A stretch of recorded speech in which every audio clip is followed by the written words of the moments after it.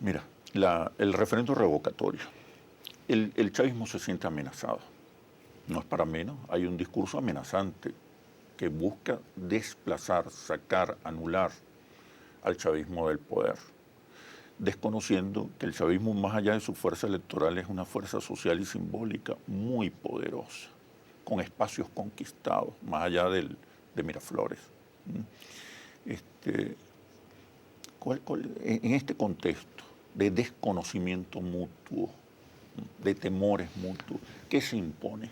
Se impone el reconocimiento recíproco. Yo no puedo sentarme a la mesa diciendo, mira, vamos a conversar, pero lo primero que yo quiero es que tú me ayudes a matarte. Claro. Porque después de muerto, ¿para qué vamos a conversar?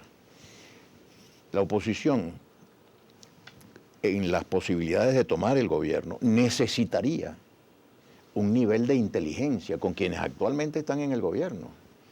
Es que yo creo, Oscar, que el gran pecado es haber sustituido la cultura del diálogo por una cultura de la confrontación. En términos agonales, diría yo, si tú ganas, yo estoy muerto. Si yo gano, tú estás muerto.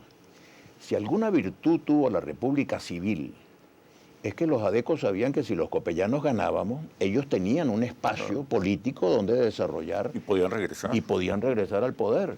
Sí, y cuando estaban los copellanos en el poder o cuando estaban los adecos en el poder, había la alternabilidad. El problema es que se ha planteado una dialéctica y una cultura de confrontación agonal. No hay espacio para la convivencia pacífica y civilizada. Yo creo que en esto tiene una grandísima responsabilidad el hecho de que prevaleció una cultura militarista. El militar da órdenes y no tiene adversarios sino enemigos. Y en el gobierno del presidente Chávez y en el gobierno del presidente Maduro ha prevalecido una cultura militarista, pero lamentablemente muchos de los líderes de la oposición han caído en el juego de la cultura de la confrontación. Y entonces ya tú vas a ver cuando nosotros ganemos las elecciones lo que te va a pasar.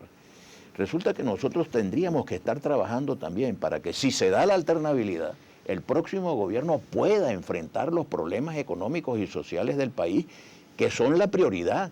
La gente venezolana, Oscar, quiere comer, quiere tener comida en la mesa. Soluciones. Esa es la gran quieren soluciones. Y este libro, por cierto, si me permites hacer una pequeña cuña, no sé si la cámara lo puede tomar. Sí.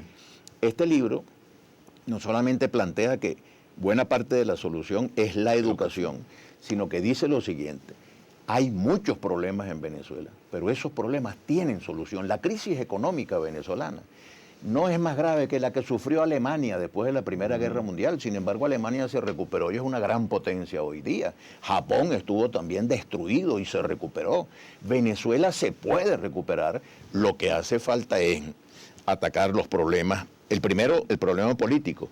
¿Y qué quiere decir eso? Oye, vale, vamos a conversar, porque repito, la política es diálogo. ¿Qué nos dice la experiencia internacional? Me refiero en concreto a España, Chile, Centroamérica.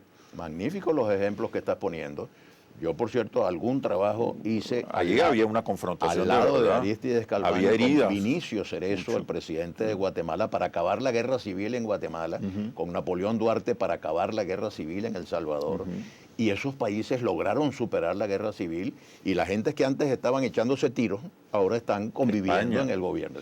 Lo de España fue impresionante. Yo lo viví muy de cerca en España. Sí. Cuando murió Franco, lo que se decía en España es que el nuevo gobierno iba a durar unos días y que venía una nueva guerra civil y una nueva dictadura. Bueno, venían de una historia terrible y fueron capaces de sentarse y hacer los pactos de la Moncloa que permitió que España tuviera una... ¿Qué prevaleció en esos acuerdos? El amor por el país, el poner el interés nacional por encima de los intereses partidistas. Una de las cosas que yo recomendaría en este momento vivamente, tanto a los señores del gobierno como a los amigos de la oposición, es pensar en Venezuela. Venezuela necesita que haya un clima que permita que abordemos la solución de los problemas que están afectando. ¿Es posible ponerse de acuerdo dos visiones en apariencia muy antagónicas? Yo creo que es obligatorio. Yo creo que es absolutamente obligatorio. Es muy divertido cuando oigo que algunos líderes dicen, no, es que no podemos sentarnos con esa gente porque esa gente son unos monstruos. Bueno, la experiencia internacional demuestra otra cosa. Cuando Richard Nixon fue a hablar con Mao Zedong, Richard Nixon tenía muy mala opinión de Mao Zedong y la había expresado, y Mao Zedong de Richard Nixon. Sin embargo, se reunieron y eso fue un hecho que contribuyó a cambiar la geopolítica mundial, a liquidar la Guerra Fría.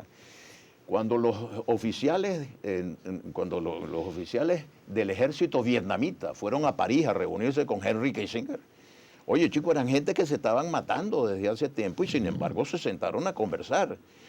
Cuando, por ejemplo, el caso de Mandela, 27 años preso arbitrariamente y cuando sale, le dicen, bueno, ¿y usted qué va a hacer? Trabajar por la paz, por el diálogo, por la reconstrucción de la unidad en mi país. Yo necesito la unidad. Además, el amor por el país.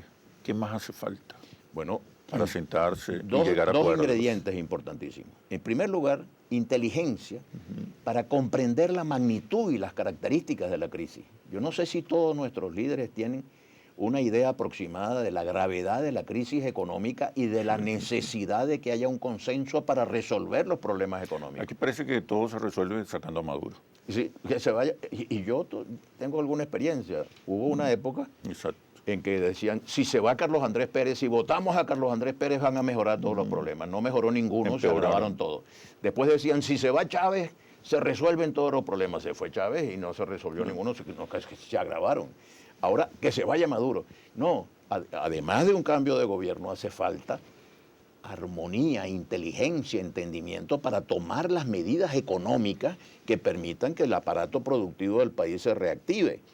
Ahora, para eso se necesitan consensos, para resolver el problema de la pobreza, Oscar. Claro. Nadie me está diciendo cómo. Mucha gente que habla del referéndum revocatorio, yo de repente les pregunto, muy bien, el referéndum es para sacar a Maduro. ¿Y quién viene después de Maduro? ¿Quién viene y qué va a hacer? ¿Y con qué programa? ¿Con qué compromiso? ¿Cómo va a unificar al país? Que es la primera necesidad, unificar al país para poder resolver los problemas. Por el contrario, podría quedar una herida mucho más abierta. Un país enguerrillado y un país en franca confrontación. Y un chavismo muy activo, y muy cohesionado. Y un chavismo que tiene muchos recursos y que todavía los tiene. Entonces no podemos prescindir del otro. Por eso empiezo diciéndote, lo primero que hay que hacer es reconocernos. El gobierno tiene que reconocer que la oposición en este momento incluso tiene un respaldo popular mayoritario. No es tanto porque la mayoría de la gente esté a favor de la oposición, sino que en todo caso están en contra. Es una gran debilidad para la oposición. Y luego, la oposición tiene que reconocer que el gobierno no está muerto.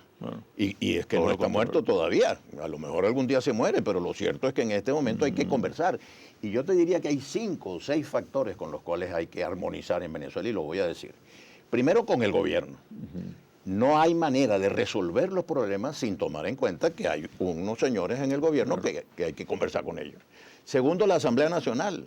No hay manera de prescindir de una asamblea en donde está la representación de la voluntad popular en las últimas elecciones. Tercero, la Fuerza Armada Nacional, que no debería yo mencionarla en este esquema político porque la Fuerza Armada debería ser apolítica, pero vista la tradición del país, es importante tomar en cuenta la circunstancia de la Fuerza Armada. En cuarto lugar, los factores de la producción, los empresarios, los trabajadores organizados, están muy débiles, tanto las organizaciones empresariales como las organizaciones sindicales, pero deben sentarse a la mesa del diálogo. Luego la Iglesia Católica, que es la institución con más autoridad moral que existe en el país, y el mundo de la academia, las universidades, los sectores pensantes del país, para decir, señores, Venezuela está en una situación muy difícil.